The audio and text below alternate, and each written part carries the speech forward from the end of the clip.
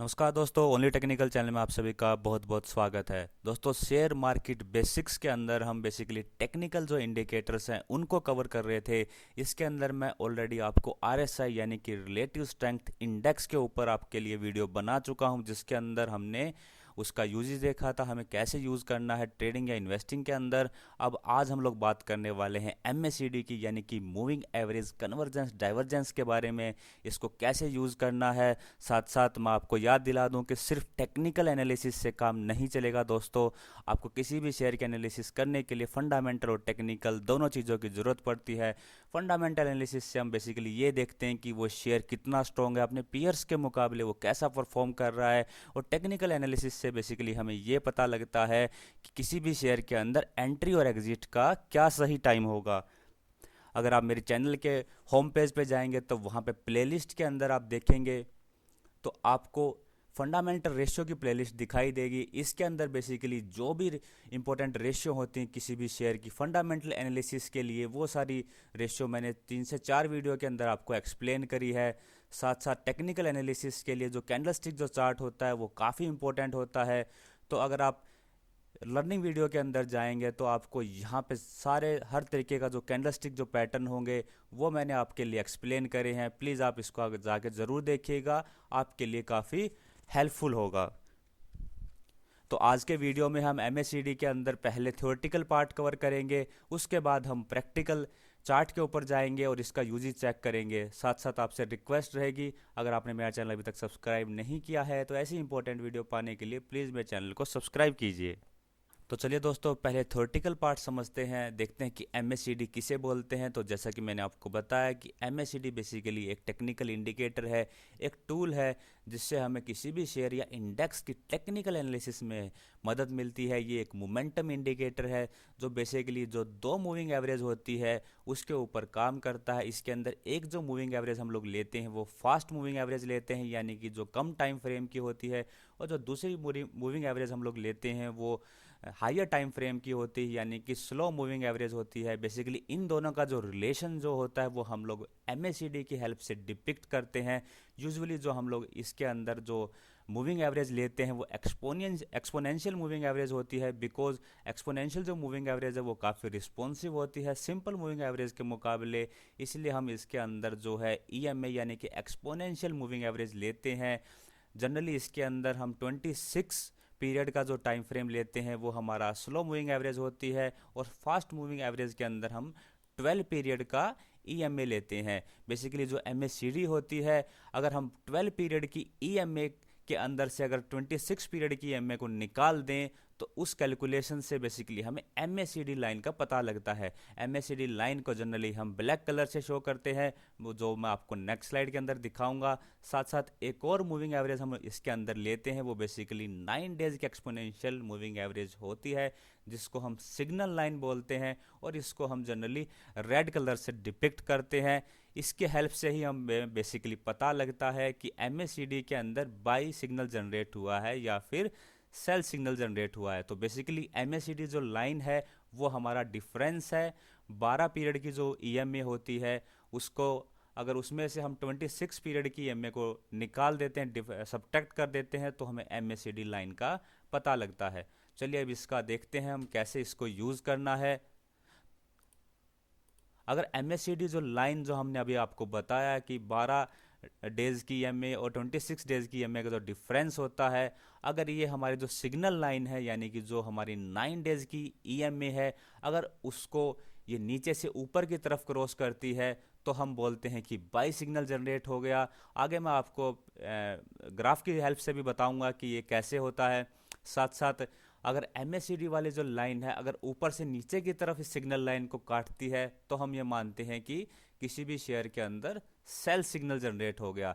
MSCD के अंदर basically हम क्रॉसओवर देखते हैं, जैसा कि मैंने आपको बताया कि जैसे एमएससीडी लाइन ऊपर की तरफ क्रॉस करती है सिग्नल लाइन को या फिर नीचे की तरफ क्रॉस करती है। साथ साथ हम इसके अंदर डाइवर्जेंस भी देखते हैं जो मैं आगे एक्सप्लेन करूंगा। साथ साथ एमएससीडी के अंदर ये जो लाइन है कि किस स्पीड से, कितनी स्पीड से राइज या फॉल हो रही है, उसको भी हम देखते हैं बेसिकली। इससे हमें किसी भी शेयर का ओवरबॉट या फिर ओवरसोल्ड के बारे में पता लगता है। साथ साथ MACD के हेल्प से हम ये भी देख सकते हैं कि कोई भी ट्रेंड हो, चाहे बुलिश ट्रेंड हो या फिर बियरिश ट्रेंड हो, कि उसका जो ट्रेंड है वो कितना स्ट्रेंथ है उस ट्रेंड के अंदर, या फिर वो ट्रेंड वीक है। साथ साथ MACD के अंदर हम हिस्टोग्राम का भी यूज़ करते हैं। हिस्टोग्राम बेसिकली ऐसे एक आपको इस तरीके का आपको दिखाई देते हैं, या ऐसे कॉलम्स से कुछ दिखाई देते हैं आपको। तो MACD के अंदर बेसिकली इस तरीके के रिप्रेजेंटेशन भी होती है। ये जो MACD के जो हिस्टोग्राम होते हैं, ये जो सिग्नल लाइन है और MACD वाली जो लाइन है उसका बेसिकली जो डिस्टेंस होता है उसको रिप्रेजेंट करते हैं। जितना ज़्यादा उसकी जो हाइट होगी हिस्टोग्राम की, इसका मतलब MACD और सिग्नल लाइन के अंदर उतना ज़्यादा ही डिफरेंस है, और इसका मतलब ये भी होता है कि उतना ही जो है हमारा जो ट्रेंड है वो स्ट्रोंग है। साथ साथ मैंने आपको बताया कि हिस्टोग्राम की हेल्प से हम लोग बेसिकली पता लगते हैं कि कोई भी बेरिश या फिर बुलिश जो मोमेंटम है वो कितना स्ट्रोंग है। साथ साथ जो MACD की जो मेन लिमिटेशन है वो भी मैं आपको बता देता हूँ। अगर हमारी मार्केट रेंज बाउंड है तो उस केस में हमारा ये फॉल सिग्नल भी जनरेट कर सकता है, यानी कि जो इसकी जो लिमिटेशन है कि हमें बेसिकली जो रेंज बाउंड मार्केट है उसके अंदर इसको अवॉइड करना चाहिए। तो चलिए एक बार मैं आपको नेक्स्ट स्लाइड के अंदर समझाता हूँ आपको।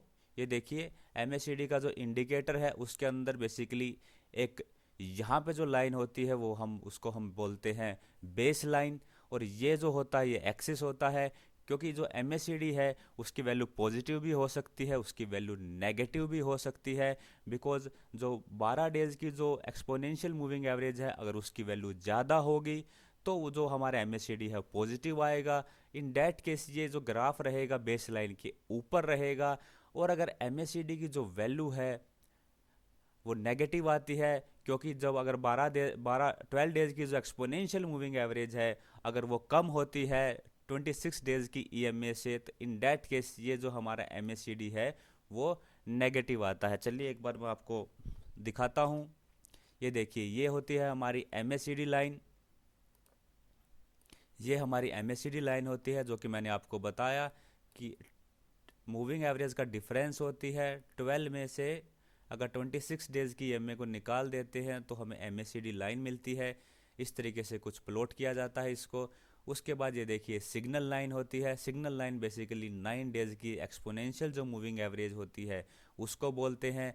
अब हमें इसके अंदर बाई और सेल सिग्नल कैसे मिलता है, तो मैंने आपको बताया कि अगर ये जो MACD वाली लाइन है अगर सिग्नल लाइन को ऊपर की तरफ यहाँ से देखिए, यहाँ ऊपर की तरफ क्रॉस करके निकल रही है, तो यहाँ पे हमें हमारा जो बेसिकली जो सिग्नल जनरेट होता है वो बाई सिग्नल जनरेट होता है, यानी कि हमें एक तरीके से इंडिकेशन मिल जाता है कि अब किसी भी शेयर या इंडेक्स के अंदर जो है बुलिशनेस आ सकती है, बाइंग की अपॉर्चुनिटी जनरेट हो सकती है। साथ साथ अगर हम सेल सिग्नल की बात करें तो जब हमारी जो MACD लाइन है वो सिग्नल लाइन को ऐसे कट करती है नीचे की तरफ, तो हम बोल सकते हैं कि इसके अंदर सेल का जो सिग्नल है वो जनरेट हो गया। तो बेसिकली इस तरीके से हमारा ये MACD का इंडिकेटर कुछ दिखाई देता है। साथ साथ यहाँ पे हिस्टोग्राम भी आपको दिखाई देंगे जो मैंने आपको बताया। बेसिकली ये डिफरेंस होता है MACD और सिग्नल लाइन के बीच। जितना ही हाई जो होगा हमारा हिस्टोग्राम, इसका मतलब उतना ही वो स्ट्रॉन्ग ट्रेंड होगा, चाहे वो बियरिश में हो या फिर वो बुलिश में हो। साथ साथ आपने देखा होगा कि कभी हिस्टोग्राम आपको अप साइड में दिखाई देते हैं, कभी हिस्टोग्राम आपको डाउन साइड में दिखाई देते हैं। तो बेसिकली अगर ये जो हमारी MACD लाइन है अगर सिग्नल लाइन के नीचे होती है तो हमें जो MACD के अंदर इंडिकेटर के अंदर जो हमें हिस्टोग्राम है वो डाउन साइड में दिखाई देते हैं। और अगर ये जो सिग्नल लाइन है जो हमारी बेसिकली MACD लाइन है वो सिग्नल लाइन के ऊपर होती है, तो इन डैट केस हमें हिस्टोग्राम अप साइड के अंदर दिखाई देते हैं। तो आई थिंक आपको MACD की जो रिप्रेजेंटेशन है इंडिकेटर की वो क्लियर होगी। साथ साथ MACD के अंदर हमारी डाइवर्जेंस भी होती है, जैसे कि हम लोग RSI के अंदर देखा था।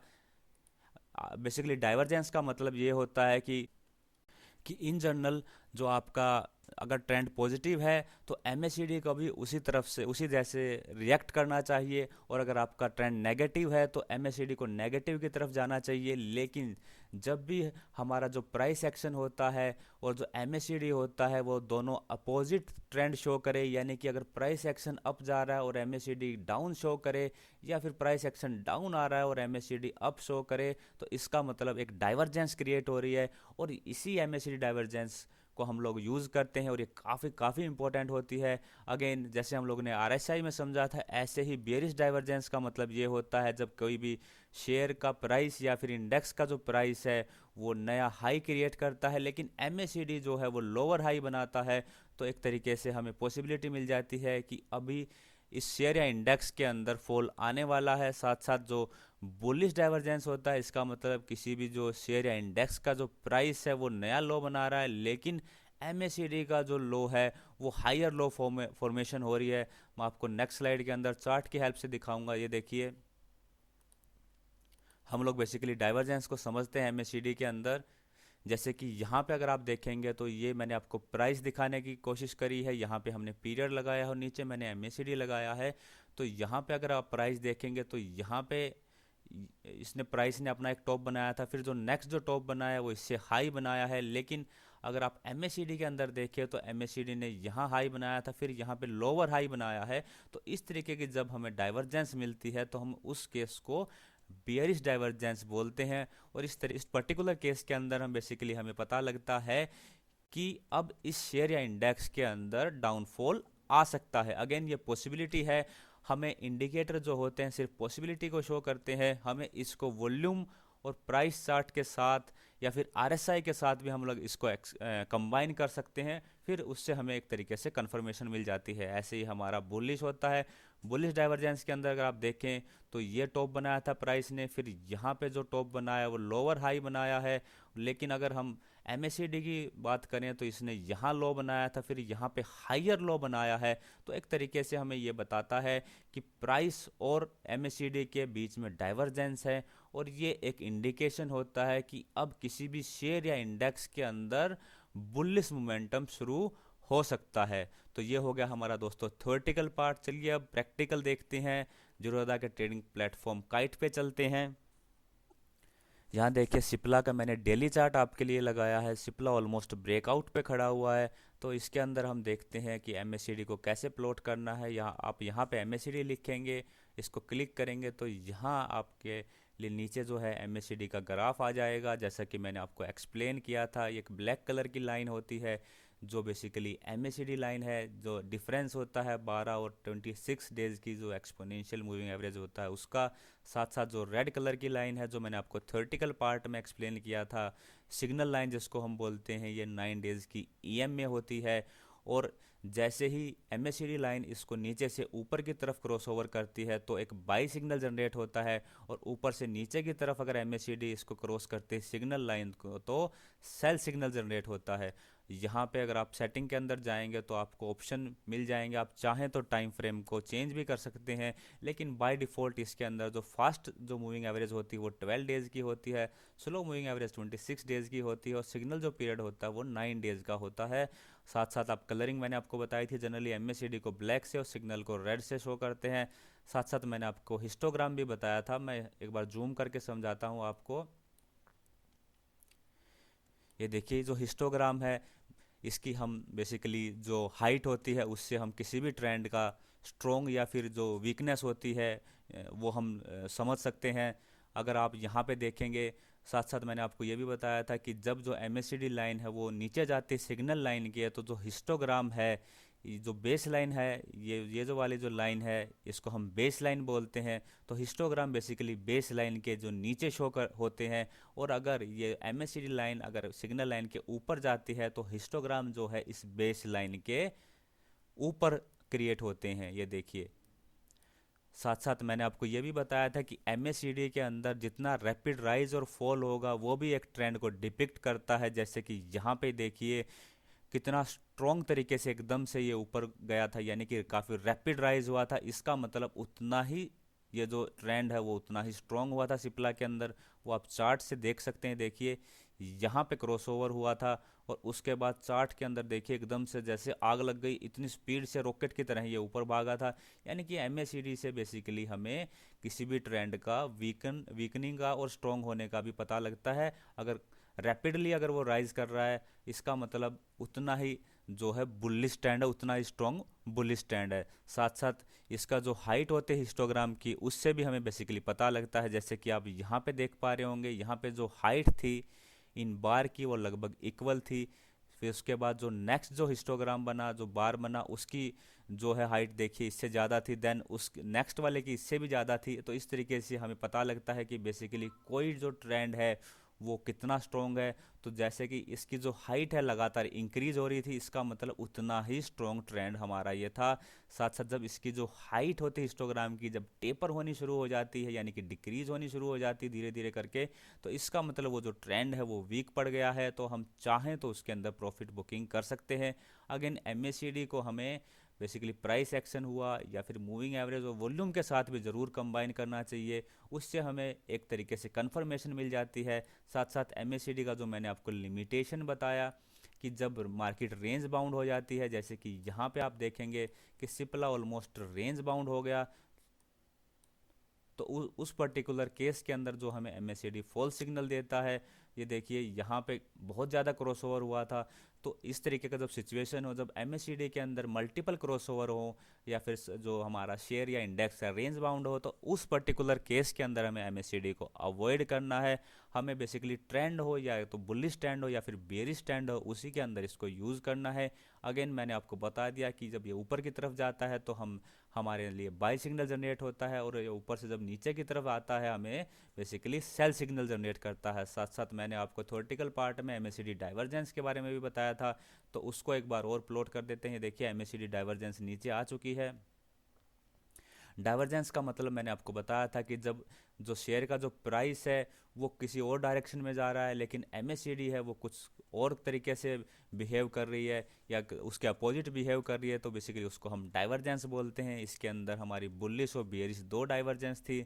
जीरोधा के अंदर बहुत ही अच्छे तरीके से इसको दिखाया गया है। जो रेड कलर की आपको लाइन दिखाई दे रही है बेसिकली ये बियरिश डाइवर्जेंस को शो कर रही है, और यहाँ पे आपको ग्रीन कलर की लाइन अगर आप दिखाई दे रही होगी आपको, तो ये बुलिश डाइवर्जेंस को शो कर रही है। मैंने आपको क्लियर कट बताया था कि अगर प्राइस जो है लगातार अप जाने की कोशिश कर रहा है और एमएसीडी का जो टॉप है वो लोअर हाई बना रहा है, ये देखिए यहाँ पे हाई बनाया इसने एमएसीडी ने, फिर यहाँ पे लोअर हाई बनाया, तो इसका मतलब इसके अंदर डाइवर्जेंस हो रही है।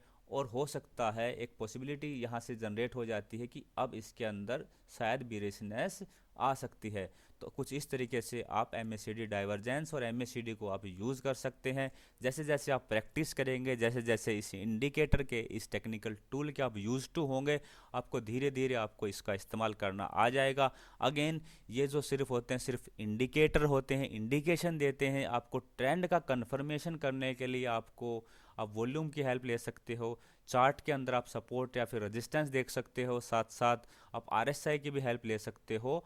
तो इस तरीके से आप जब कंबाइन करते हैं तो आपको एक कंफर्मेशन मिल जाती है किसी भी ट्रेंड के बुलिश या फिर बियरिश होने की। तो दोस्तों ये थी हमारी एमएसीडी इंडिकेटर के ऊपर वीडियो। अगर आपको वीडियो पसंद आई हो तो प्लीज़ लाइक कीजिएगा। कोई भी आपकी क्वेरी हो, सजेशन हो तो आप कमेंट करके बता सकते हैं। वीडियो देखने के लिए आप सभी का बहुत बहुत धन्यवाद। जय हिंद।